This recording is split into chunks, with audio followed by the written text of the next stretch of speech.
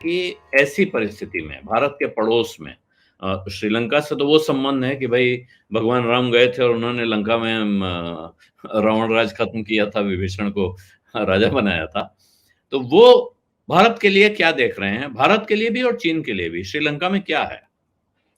देखिए, चीन से तो इन्होंने जो है वो सुनहरे सपने दिखाए हैं, लोगों को बरगला रखा है, तो चीन से तो उनको ये लगता है कि मदद मिलेगी, मदद मिलेगी, मदद मिलेगी। लेकिन चीन से ज़्यादा वो इस वक़्त भारत से मदद की अपेक्षा रख रहे हैं। और हुँ, भारत को जब भी पड़ोसी हो, दुश्मन हो, जो भी हो, जब समस्या में होता है, जब हुँ, मुसीबत में होता है, तो उसका साथ ही देना होता है, उससे सहानुभूति प्रकट करनी होती है। तो दोनों बातें करनी होगी। सहानुभूति रखनी होगी और आपको साथ भी देना होगा। हुँ, ये पूरी संभावना है कि जो पैसा आप देंगे, उस पैसे का रिटर्न आप एक्सपेक्ट ना करें, क्योंकि जब देश खुद डूब रहा है, तो हो सकता है वो पैसा भी डूब जाए। हुँ, लेकिन यहाँ भारत को ये सोचना होगा कि जैसे अफ़गानिस्तान में किया था, हुँ, आप मदद करें। ऐसे ऐसी जगह मदद करें, जैसे मैं छोटे-सा उदाहरण देता हूँ, वहाँ इस वक़्त बच्चों का जो दूध होता है, पाउडर हुँ, मिल्क, उसकी हाँ, बड़ी किल्लत है, मिल ही नहीं रहा है। हुँ, भारत में पाउडर मिल्क की बहुतायत है, हुँ, एक्सेस में है। तो ऐसी चीज़ है, बच्चों के प्रति सहानुभूति होती है, मतलब बच्चों की आप मदद करें, तो पूरी दुनिया में, सोसाइटी में, सब जगह उसका बहुत अच्छा पॉज़िटिव असर पड़ता है, तो आप इस तरह की मदद करें। डीज़ल की मदद की वो बहुत अच्छा है, क्योंकि डीज़ल के बगैर न वहाँ कारोबार चल सकता है, न गाड़ियाँ चल सकती हैं, न देश चल सकता है। तो इस तरह की कुछ चीज़ें भारत के नेताओं को, भारत के जो श्रीलंका जानने वाले हैं, उनको पिन पॉइंट करके उस जगह मदद करनी चाहिए, एक तो ये बात है। हुँ, दूसरा ये बात है कि मदद से ज़्यादा मदद करते हुए नज़र आना, मदद का ढिढोरा पीटना आज के युग में, आज का जो ये जो युग है ना सोशल मीडिया का, इसमें बहुत ज़्यादा ज़रूरी है। और हुँ, श्रीलंका ने चाइना ने पता नहीं कहाँ से ये सब सीखा है, लेकिन इसमें ऐसी महारत हासिल कर ली है कि वो मदद ₹1 की करेंगे और गाएँगे ₹10 का।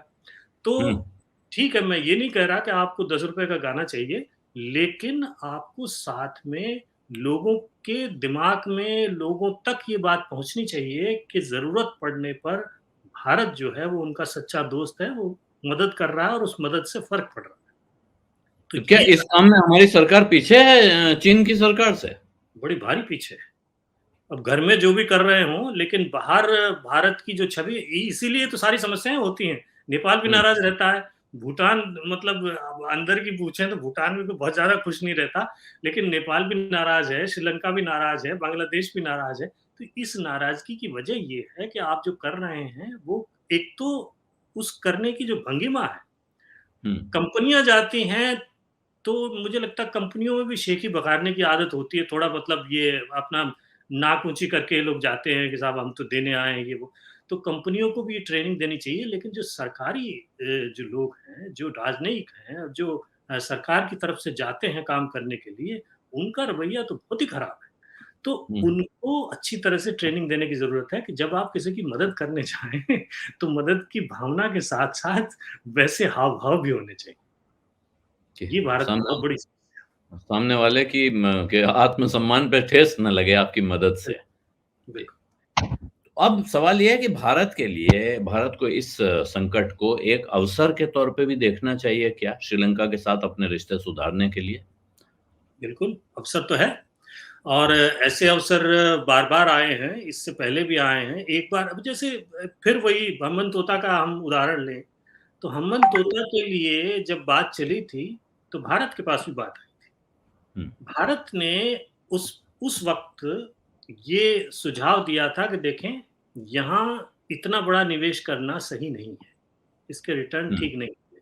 अब वो हुँ, किस भाषा में वो सलाह दी गई, वो समझ में जो है मैं तो जानता नहीं, ये तो सलाह देने वाले जाने, लेकिन श्रीलंका के नेताओं को वो बात अच्छी नहीं लगी।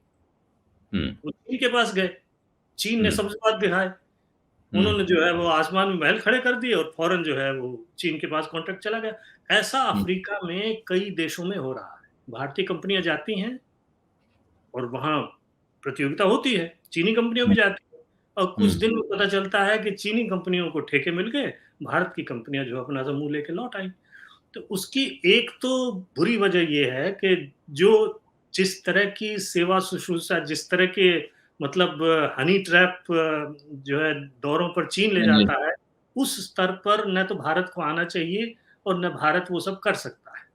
हुँ, लेकिन फिर भी कारोबार, कारोबार है। हुँ, कारोबार में आप अपनी नैतिकता को बरकरार रखते हुए जहाँ तक जा सकते हैं, वहाँ अगर प्रतियोगी जा रहा है तो आपको जाने की कोशिश करनी चाहिए और कम से कम समझाने की कोशिश करनी चाहिए, ढंग से समझाने की कोशिश करनी चाहिए। यही बात ठीक है, राजपक्षे सरकार नहीं समझ रही थी तो उनके नीचे या आस-पास मतलब जो जो स्थानीय लोग थे या कुछ इन्फ्लुएंशियल लोग समाज में होते हैं, उनको समझाने की कोशिश करनी चाहिए थी, उनके थ्रू बात पहुँचती राजपक्षे सरकार तक।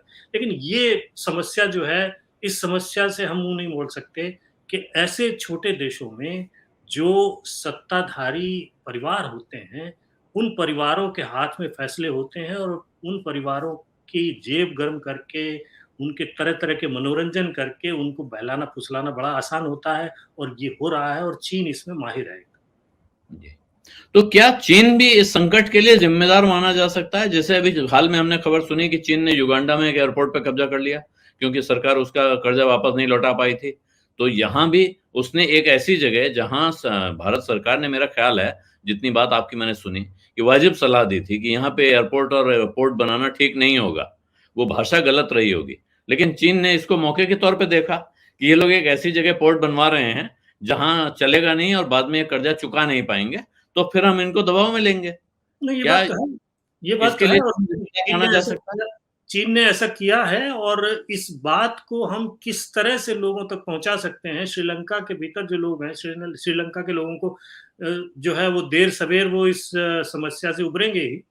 तो हुँ, उनकी ये बात समझ में आनी चाहिए कि चीन ने पैसा ज़रूर दिया, निवेश ज़रूर किया, लेकिन हुँ, ठगा है। एक ठग में और निवेशकर्ता में यही बुनियादी फ़र्क होता है। एक निवेशकर्ता अपना फ़ायदा देखने के साथ-साथ आपके फ़ायदे की बात भी करता है और एक ठग जो है, वो अपना फ़ायदा देखता है, आप जाएँ भाड़ में, तो आपके फ़ायदे की वो नहीं सोचता। इन दोनों में ये मूलभूत अंतर है। तो ये इस मामले में भारत के लिए सुनहरा मौका है कि हुँ। भारत ये साबित कर सकता है कि देखिए, हम दोस्त हैं और हम सच्चे मायने में निवेशकर्ता हैं, एक नैतिक निवेशकर्ता हैं, कोई ठग नहीं है, चीन की तरह से। सत्य हिंदी का ऐप डाउनलोड करें गूगल प्ले स्टोर पर।